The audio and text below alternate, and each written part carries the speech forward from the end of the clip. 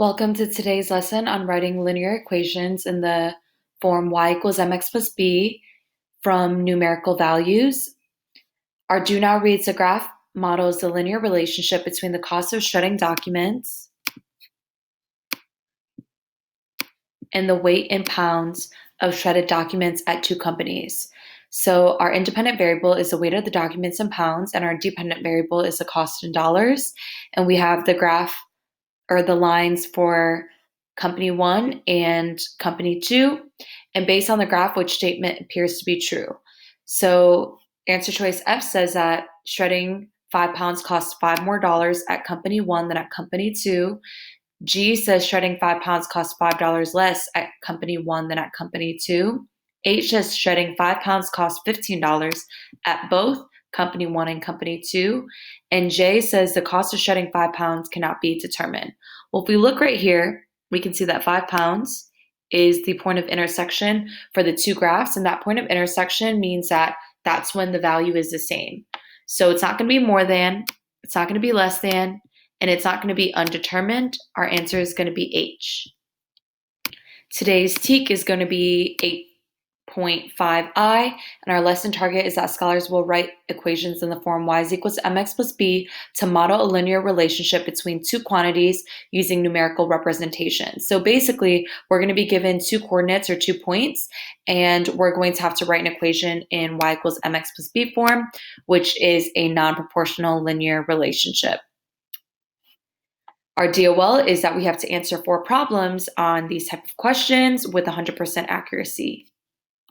Some academic vocabulary words for this lesson are constant rate of change. In this case, it's going to be interchangeably used, which means that we can also use the word slope to describe the same exact thing, and it's going to be represented by the letter M in our equation.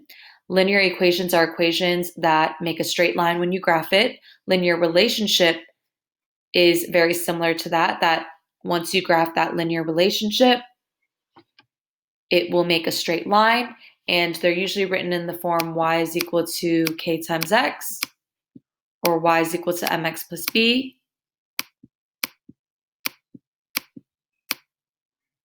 Nonlinear relationships are those that when you graph it do not make a straight line. Slope-intercept form is the name of the equation that we're writing our situations into. X coordinate is the first coordinate in a point, and then the y coordinate is the second. And of course, the y-intercept is the point at which the line crosses through the y-axis, which is the vertical line or the up and down line. This first IG reads, let's examine how to write an equation based on a situation that models a linear relationship. So we're told that this is a linear relationship. The West Main Street Office Rentals Company has monthly rates of $60 per square foot for $750 and 900 square foot for $1,150. We have to write an equation in slope-intercept form for the rent at West Main Street Office Rentals.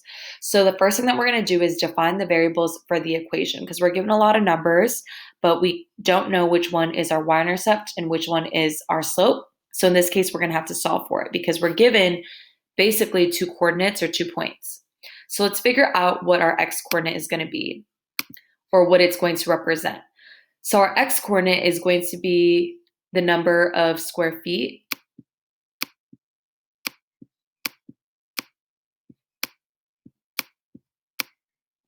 since that's independent, and that makes our y value, or our dependent variable, the price, the rental price, because the rental price depends on the square footage of the rental space.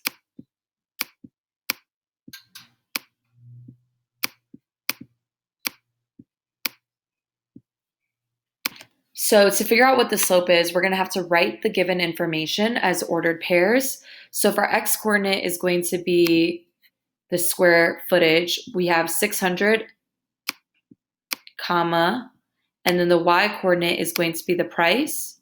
So we have 600 comma 750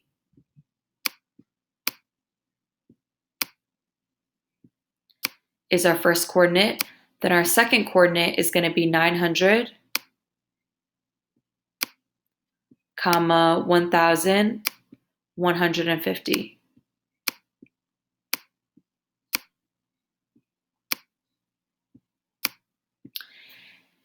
And then from here, we're going to write out our slope-intercept form, or our equation to find our slope first is y2 minus y1 over x2 minus x1. And we're going to label the 2 points.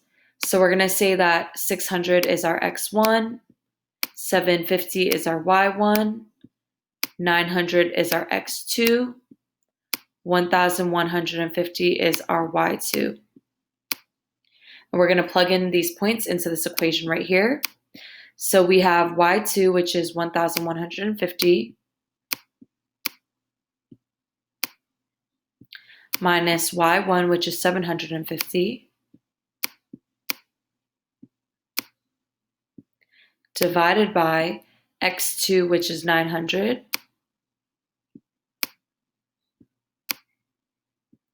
minus x1, which is 600.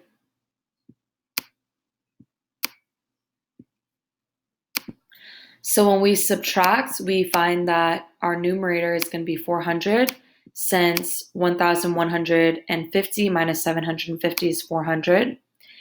And then our denominator is going to be 300, since 900 minus 600 is 300. To simplify this fraction, we can, of course, divide 400 divided by 300 into a calculator. But if we wanted to simplify and keep it in fractional form, we can cross out the 2 zeros that they have in common so that our fraction is reduced to 4/3, which is then our slope.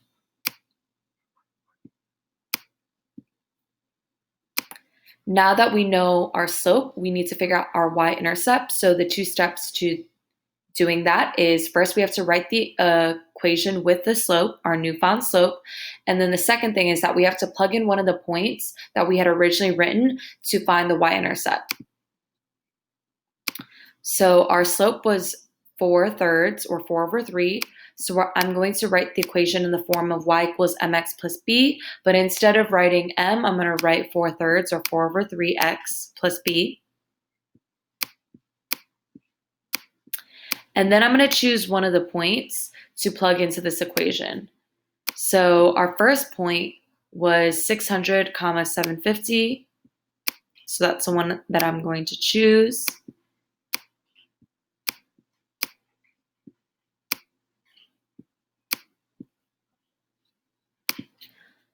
So 600 is our x coordinate, 750 is our y coordinate. We're going to plug that into the equation. So we have 750, since that was our y value, is equal to 4/3 or 4/3 times our x value, which is 600, plus b. Then we have 750 is equal to, when we do 4/3 times 600, we get 800.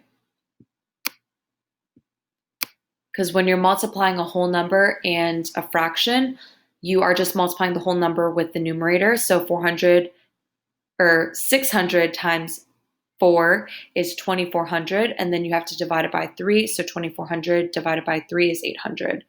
So we have 800 plus b. Now we have to solve for what b is. So we have to move the 800 to the other side. To move the 800 to the other side, we're going to subtract 800 on both sides, since 800 was positive, or the 800 was being added.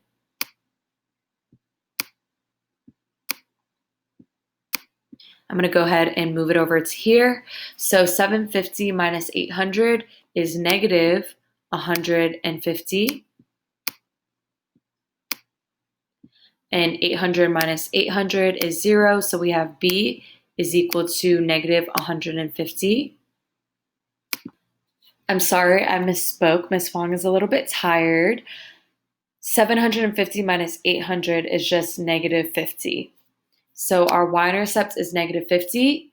And now we're going to combine our y-intercept and our slope back into the equation.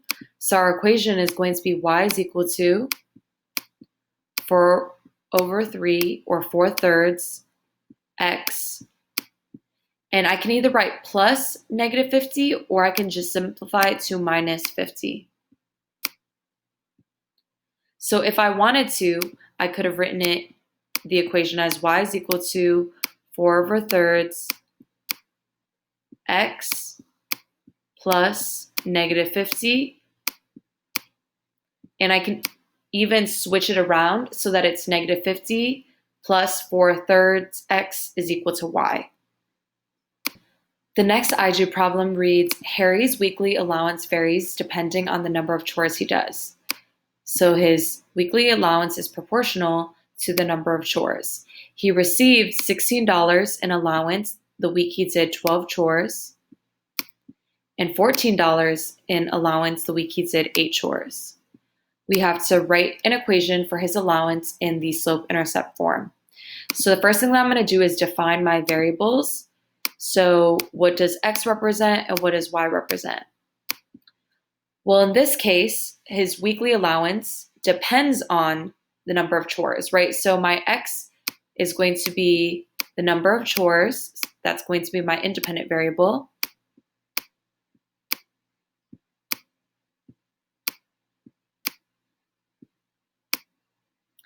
And my y is going to be the weekly allowance, or just the allowance, which is basically how much Harry is receiving, how much money he's receiving. And so the allowance depends on the number of chores. So y represents our dependent variable. And so first we have to figure out what our slope is. And to do that, we are following step 1, which is to write the information given in the problem as an ordered pair. So the numbers that we circled here are going to be written as a point. So if $16 is the allowance, the number of chores is our x variable, which comes, or x value, which comes first. So we have 12, comma 16. I know that some people might be tempted to write 16, comma 12 because they see that 16 comes first in the sentence and then 12 comes second. But you first have to identify the variables and know that your x coordinate always comes first and then your y coordinate comes second. And so since in this case, our x is the number of chores, we have to write 12 first and then 16 second. And then our second point is going to be 8, comma 14, since 8 is the number of chores and 14 is the number of dollars that Harry makes.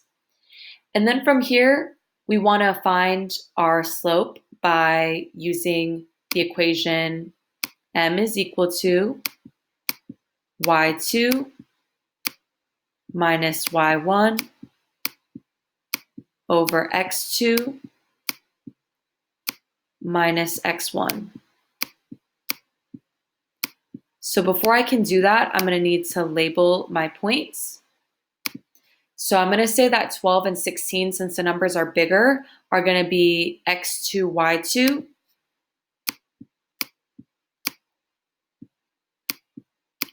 And I'm going to say that 8 and 14 are x1, y1.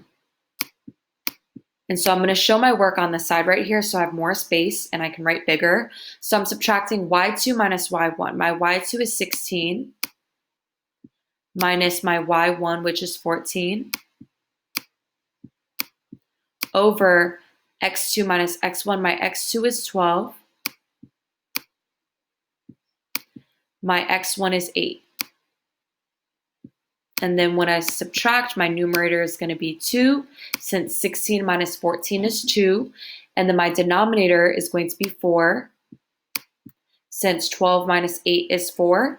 I can simplify this fraction, or I can also divide. If I divide 2 divided by 4, I would get 0.5. Or if I wanted to keep it as a fraction and simplify it there, I would list out the factors of 2 and 4. So I know that 2 times 1 makes 2, and I know that 2 times 2 makes 4. And then I'm going to cross out the common factor, the number that they have in common on top and bottom, which is 2. So that leaves us with 1 over 2. So I can either write my slope as 1 over 2 or 0.5. But the next thing I'm going to need to do is use that slope and write an equation in y equals mx plus b form. So we have y is equal to mx plus b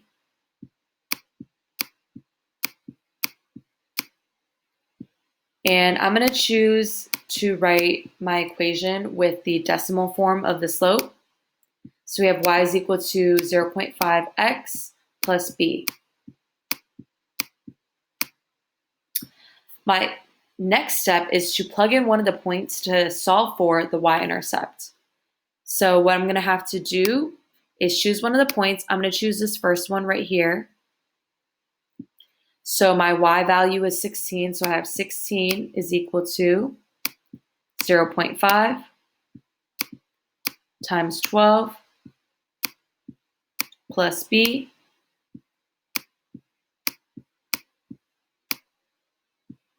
Then we have 16 is equal to, when we're doing 0.5 times 12, that's the same thing as half times 12. Half of 12 is 6, so we have 6 plus b. Now I have to figure out what b is.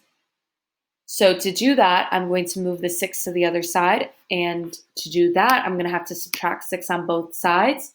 Since I'm doing the opposite operation, it's also called the inverse operation. And so since we're adding 6 here, or the 6 is positive, the opposite is going to be to subtract it. And then 16 minus 6 is 10. 6 minus 6 is 0. So I have our b, or our y-intercept, is going to be 10. We have our slope was 0.5. So my last step is to combine the slope as well as the y-intercept into the equation in the form of y is equal to mx plus b. So I'm going to have y is equal to 0.5x plus 10.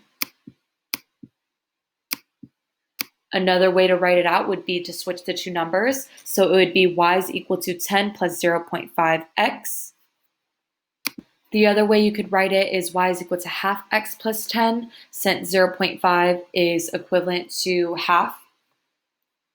So remember that when you guys are solving these type of problems, that if you're not given a clear slope and a clear y-intercept, if you don't see the keywords per, or if you don't see the keywords initial value, initial charge, initial number, initial price, one-time fee, those kind of keywords, then you're going to have to do these 4 steps. So you're going to have to solve for the slope, but to do that, you're going to first have to write the numbers in the problem as ordered pairs or as coordinates. Then you solve for the slope using the formula y2 minus y1 over x2 minus x1. After you have the slope, you're going to rewrite that slope into the y equals mx plus b equation. So it's going to be y is equal to the slope x plus b. Then you have to choose a point, one of the 2 points that you originally came up with, and you're going to plug in the y value and the x value into the equation, and then you're going to have to solve for our y-intercept, or our b. And lastly, you're going to have to combine that information, the y-intercept as well as the slope, into your final equation to come up with an equation that represents the situation. Some of the problems will give you what the y-intercept is and what the slope is. So in that case, writing the equation is going to be a lot easier since you're not trying to solve for the slope and the y-intercept. And then you have your 4 problems to solve in the Google form DOL. You are going to have to write out what the equations are. Thank you so much for following along in today's lesson, and see you in my next math video. Bye.